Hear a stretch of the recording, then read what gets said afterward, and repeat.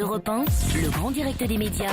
C'est tout comme. On va dresser le bilan de cette fin d'année 2011 avec Bastien Millot. Bonjour Bastien. Bonjour Jean-Marc et bonne année à tous et à nos auditeurs. Et à Julie évidemment, que Yes, je darling. salue. Alors cette année, C'est fini. les chaînes ont plutôt misé sur du classique. Et oui, cette année, les chaînes ont misé sur des classiques dans le domaine du 7e art, dont le public n'a jamais marre. Et sur TF1, mardi par exemple, le sempiternel Robin des Bois a déboîté ses rivaux en réunissant près de 6 millions de téléspectateurs. Avec notre ami Robin, rien d'étonnant à ce que les audiences soient montées en flèche. Et au rayon série, France 2 en a continué une bonne, côté Audimat, avec Castle, un feuilleton venu d'Amérique. D'ailleurs, lundi dernier, le public a vraiment aimé Rick Castle, le héros incarné par l'acteur Nathan Fillion, je sais pas comment on prononce, rien à voir en tout cas avec le locataire de Matignon. Niveau audience, ce Fillion est un bon filon. La série a même maté Mimi Mati. Pour TF1, c'est une cruelle défaite en plein milieu des fêtes. 3 jours plus tard, nouveau gadin pour la une, arrivé ex aequo avec France 2 à cause d'Ushuaïa.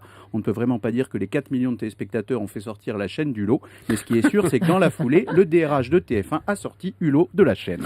Face au mastodonte, pas de honte pour les chaînes de la TNT. Citons par exemple W9, qui a réussi à attirer le public en masse avec Les Simpsons, le film jeudi dernier. On l'a compris, dès que les programmateurs dégainent les pouces d'Homer, ça leur fait une sacrée marge d'avance.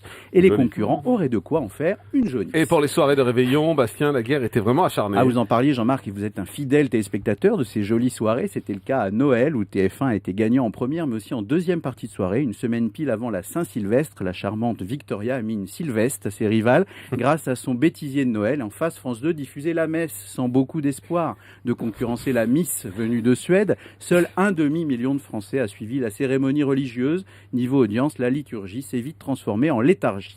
Samedi soir, pour le réveillon du Nouvel An, France 2 a pris sa revanche sur TF1. Le plus grand cabaret lui a mis un coup d'arrêt et la soirée d'Arthur a vite tourné à la torture. Patrick Sébastien a triomphé avec son ambiance de feria juste avant le jour férié. Bref, pendant cette trêve des confiseurs, il n'y a pas eu de vraie déconfiture, mais une fois le Père Noël reparti, la loi de l'audimat ne fera plus de cadeaux pour toutes les chaînes. La nouvelle année qui démarre est l'occasion de prendre un nouveau départ pour grignoter. Départ. Merci beaucoup Bastien.